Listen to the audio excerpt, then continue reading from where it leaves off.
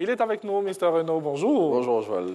Alors, première information, célébration de la fête du 1er mai, le chef du gouvernement en phase avec les syndicats. Oui, c'est ce que barre à sa une le Patriote, selon le confrère, en prélude à la célébration de la fête du travail qui se tiendra dans 72 heures. Le Premier ministre et les associations syndicales des travailleurs de Côte d'Ivoire se sont parlé. Il ressort de ces échanges que les deux parties se sont accordées sur un certain nombre de sujets qui vont dans le sens de l'amélioration du bien-être des travailleurs ivoiriens. Plus de précisions dans le Patriote. Et on parle politique à présent, l'heure n'est plus à la sérénité au PDCI. Oui, c'est ce que barre à sa une Soir Info, selon lequel d'importantes figures du parti sont sur le point de le quitter. À l'origine de cette situation, selon le confrère, les nouvelles instances lancées par Henri Konan Bédié qui ont semé ce qu'il qualifie de pagaille et d'injustice vis-à-vis de fidèles lieutenants tels que Maurice Kakou-Gikawe. Et à en croire Soir Info, le mouvement de mécontentement suscité par ces nouvelles instances risque de fragiliser la première formation politique ivoirienne. Et après sa mise à l'écart des instances de décision du PDCI, le secrétaire exécutif en chef n'entend pas se laisser faire. Oui, tout à fait. Maurice Kakou-Gikawe a décidé d'engager le bras de fer contre ses pourfendeurs et partant contre Henri Konan Bédié après l'installation des nouvelles instances du parti. Selon Le Matin, au dire du quotidien, le secrétaire exécutif du PDCI martèle que son département fonctionne et qu'il est bien à son poste. De leur côté, ceux qui sont à l'origine de la fronde contre lui n'en démordent pas et pour le démontrer, hier, ils ont boycotté la réunion du secrétariat exécutif. Plus de précisions dans Le Matin. Et tout en suivant vos mots, l'on peut dire que chacune des instances du PDCI fonctionne normalement. Oui, c'est ce qu'indique le Nouveau Réveil en lançant à sa une qu'Henri Konan Bédié fait mentir les faux prophètes.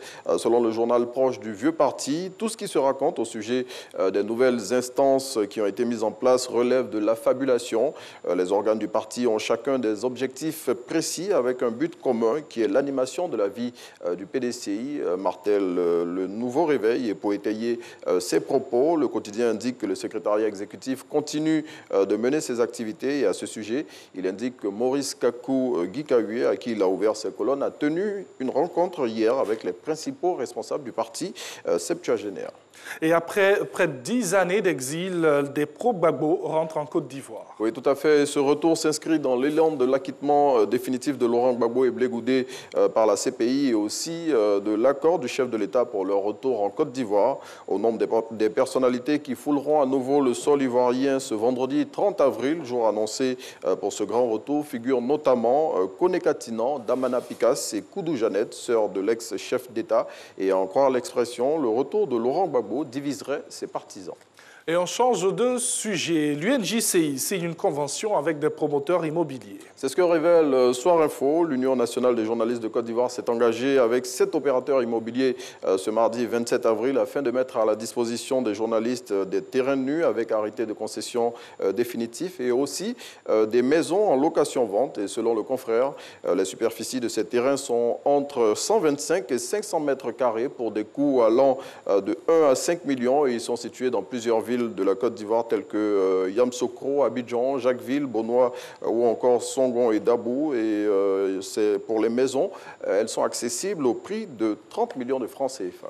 Et 7e information pour terminer, les travaux de rénovation du pont Félix Houphouët-Boigny sont presque achevés. Oui, c'est l'annonce faite ce lundi par la coordonnatrice du secrétariat technique du C2D en réflexion depuis plusieurs mois. Ces travaux, à en croire ces dames, seront bouclés au mois de juillet 2021, permettant à la circulation de redevenir normale sur l'un des 3 grands ponts du district d'Abidjan. Et concernant l'inauguration de l'ouvrage, Mme Léa Diaté a indiqué, selon les Fogdromes, qu'elle est prévue pour la fin de l'année 2021.